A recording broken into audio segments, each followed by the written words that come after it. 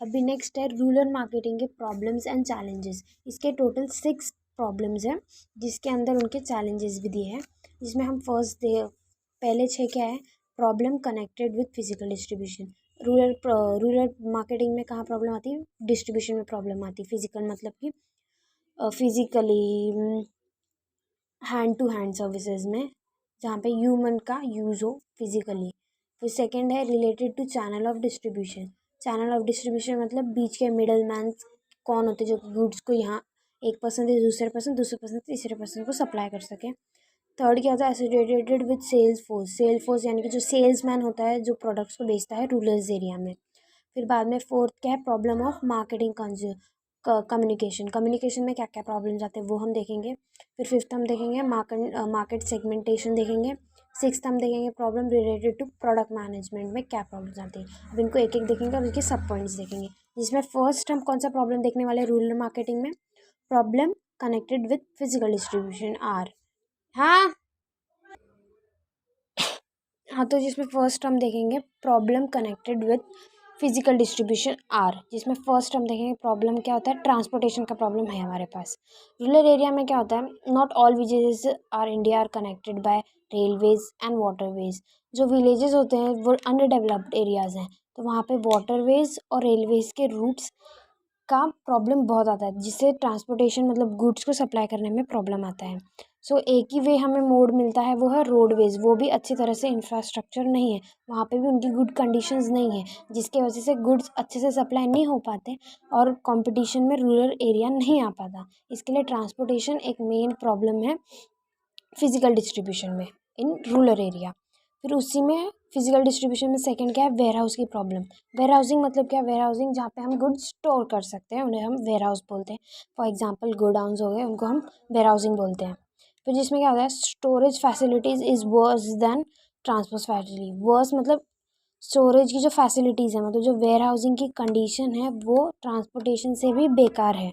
हमें स्टोरेज की फैसिलिटीज़ नहीं मिलती है रूरल एरिया में, नेदर इन सेंट्रल और स्टेट वेयर हाउसिंग। मतलब सेंट्रल और स्टेट में भी वेयर हाउसिंग में भी हमें प्रॉब्लम मिलती है, जो कि स्टोरेज की प्रॉब्लम है, और जो कि स्टोरेज की प्रॉब्लम है, और वो हमें कंपटीशन यानी मार्केटिंग में बीट करने के लिए प्रॉब्लम या चैलेंज देती है हमारे गुड सप्लाई करने के लिए एट रूरल लेवल। फिर नेक्स्ट हमारा जो है थर्ड प्रॉब्लम आता है फिजिकल डिस्ट्रीब्यूशन में, वो है problem of communication. Problem of communication में मतलब क्या, हमारे पास बेसिक भी सर्विसेज नहीं होती है, जैसे कि टेलीफोन्स हो गए, टेलीग्राम्स होंगे। एज़ ये रूरल एरिया है, हमें ज़्यादा न्यू मॉडर्न चीज़ें या टेक्नोलॉजीज़ का यूजमेंट नहीं है, तो ये इफ़ेक्टिव नहीं होता है।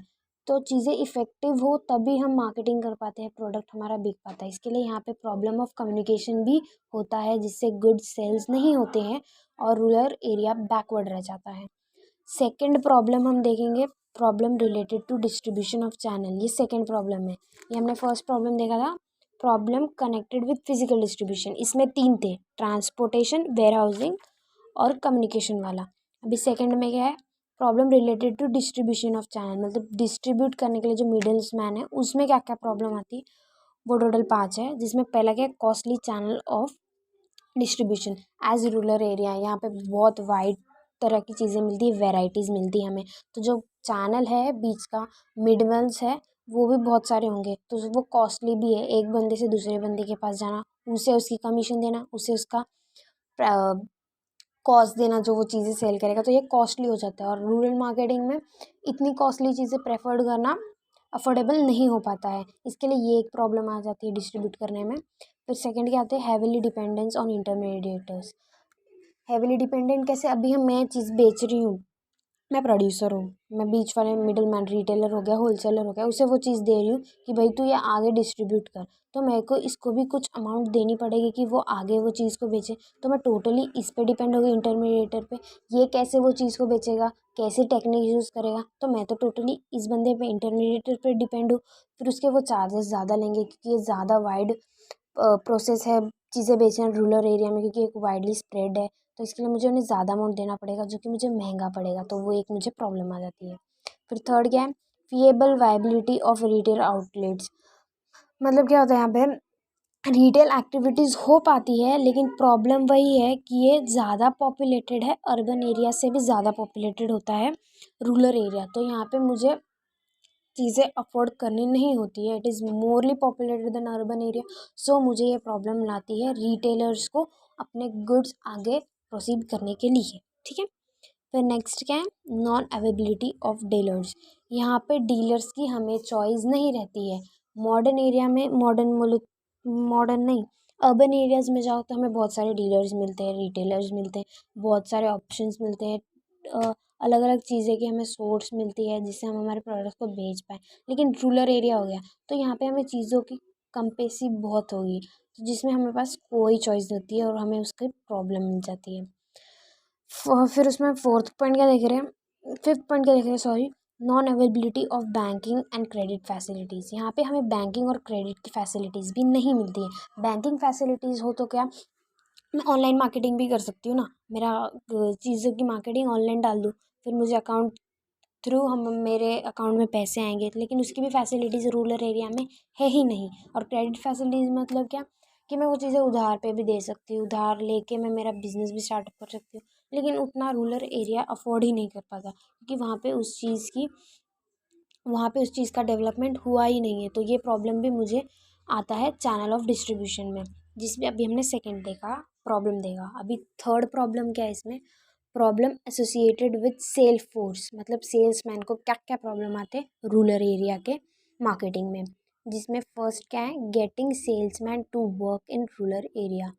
गेटिंग मतलब एक तो मुश्किल से सेल्समैन को ट्रेंड करना, सिलेक्ट करना कि वो रूरल एरिया में अपनी मार्केटिंग, हमारे प्रोडक्ट की मार्केटिंग करें। मुश्किल से उसे मनाना कि भाई तू रूरल एरिया में काम करेगा, तो ऑब्वियसली उसे बहुत सारी मेहनत करनी पड़ेगी अपने प्रोडक्ट को बेचने के लिए। जैसे हम अर्बन एरिया में हमें इतनी डिफ़िकल्टीज नहीं आती, ऑब्स्टैकल्स नहीं आते, हम अलग अलग टेक्नोलॉजी से हमारी चीज़ें बेच सकते हैं एटलीस्ट। लेकिन रूरल एरिया में ऐसा नहीं होता, इसके लिए सेल्समैन को वर्क में लाना अपने इसमें, वो एक टास्क हो जाता है, वो एक प्रॉब्लम हो जाती है। फिर सेकंड क्या है, मैचिंग कल्चरल डिफरेंस। सेल्समैन है तो जैसे मैंने बताया था स्टार्टिंग में कि अलग अलग कल्चर से रिलेटेड होता है।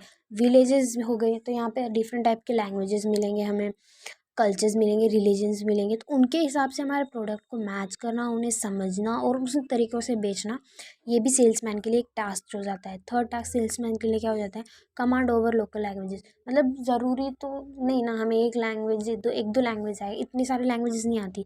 रूरल एरिया होगा, यहाँ पे 70 लैंग्वेजेस मिलेगी, तो हमें उन्हें अलग अलग लैंग्वेजेस में बेचना, वो उन्हें सीखना, ये एक प्रॉब्लम आ जाती है एक सेल्समैन के लिए। फिर बाद में ग्रेटर क्रिएटिविटी भी होनी चाहिए उसे बेचने के लिए, वो प्रोडक्ट के लिए। तो वो एक अकेला बंदा तो कर नहीं सकता, रूरल एरिया में कितनी सारी चीज़ें होती हैं, तो इसके लिए उसे उसमें भी प्रॉब्लम आती है। तो इन सब का फिफ्थ पॉइंट क्या है, सोल्यूशन क्या है, रिक्रूटमेंट मतलब उन्हें उन चीज़ों से वाकिफ़ कराएं। जैसे मुझे लैंग्वेजेस नहीं आती वो सारी, तो फिर मैं उनकी सीखूँ, उनकी ट्रेनिंग लूँ और उन पर वर्क करके फिर मैं अपने प्रोडक्ट को बेच सकती हूँ। सिलेक्शन भी ऐसे बंदों का करें जो कि उसके लिए कैपेबल हो, ये सेल्समैनशिप के लिए रूरल मार्केटिंग में, जो कि हमारा डेवलपमेंट कर पाए। बाद में उन्हें उसके हिसाब से ट्रेनिंग देना, ये इनके सोल्यूशन है problem associated with sales force के लिए। अभी हमारी फोर्थ प्रॉब्लम क्या आती है, मार्केटिंग कम्युनिकेशन की प्रॉब्लम। कम्युनिकेशन मतलब कॉन्टैक्टिंग टू ईच अदर, जिसमें मार्केटिंग में क्या प्रॉब्लम आती है, पहली barriers rising out of rural market structure. Rural market structure क्या हो गया, यहाँ पे बहुत वाइड वेराइटीज़ की चीज़ें होती है, बहुत सारे कल्चर्स होते हैं, रिचुअल्स होते हैं, ट्रेडिशंस होते हैं, उन्हें मैच करते हुए अपने प्रोडक्ट को आगे राइज करना, ये भी देखना कि भाई जब उन्हें प्रोडक्ट्स को मैच करना होता है, यहाँ पे ज़्यादा लोग होते हैं तो वाइडली स्कैटर्ड है, ये डाइवर्स है, यहाँ पे बहुत अलग अलग तरीके की वैराइटीज़ होती है और फुल ऑफ पीपल है with different languages and cultures. जैसे हर पॉइंट में हमने देखा, तो यहाँ पे एडवर्टाइजमेंट प्रमोशन करना उन चीज़ों का ये नहीं हो पाता, क्योंकि एक ही लैंग्वेज, यहाँ पे अलग अलग लैंग्वेज होगी तो हम एक ही लैंग्वेजेस में नहीं कर सकते ना, तो यहाँ पे हमें बैरियर आ जाते हैं।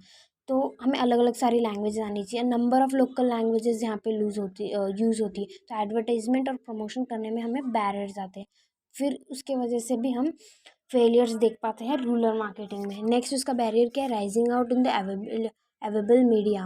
मतलब क्या, मीडिया का यूज़ नहीं कर पाते, सच एज रेडियो देख ले, टीवी देख ले, प्रिंटर्स, सिनेमाज, इन जगह पे है ये चीज़ें रूरल एरिया में, लेकिन उनका यूसेज कैसे करना है ये नहीं आता।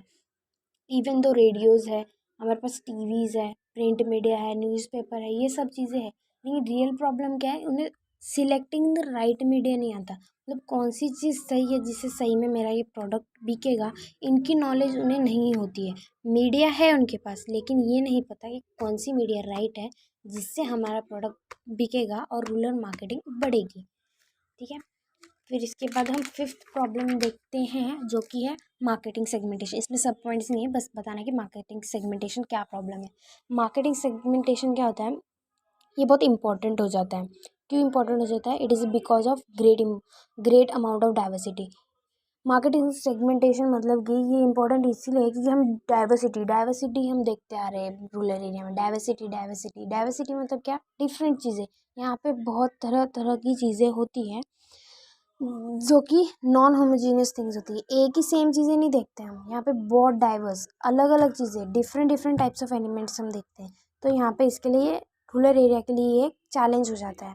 फिर इसके बाद ह्यूज अमाउंट ऑफ इन्वेस्टमेंट। हमें इन्वेस्टमेंट भी उतनी लगती है जब हमारे पास ज़्यादा प्रोडक्ट्स हैं, ज़्यादा वेराइटी के प्रोडक्ट्स हैं, तो उनके लिए उनका इन्वेस्ट करना, कैपिटल लाना, उनका प्रोडक्शन करना और उन्हें जगह जगह डिस्ट्रीब्यूट करना, उसमें मुझे इन्वेस्टमेंट ज़्यादा लगेगी, ह्यूज अमाउंट ऑफ कैपिटल लगेगा।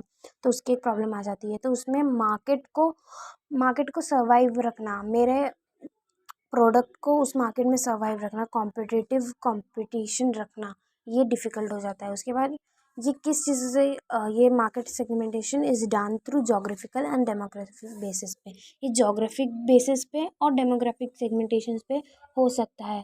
फॉर एग्जांपल जोग्राफिक सेगमेंटेशन पे मतलब जैसे कि इरिगेशन हो गया, फेयर टाउन्स हो गया, ऐसे सब चीज़ों का यूज़ करके हम देख सकते हैं। और secondary basis for demographic basis मतलब कि would be age, sex, literacy level, ये सब देखते हुए भी हम चेंजेस ला सकते हैं मार्केट में।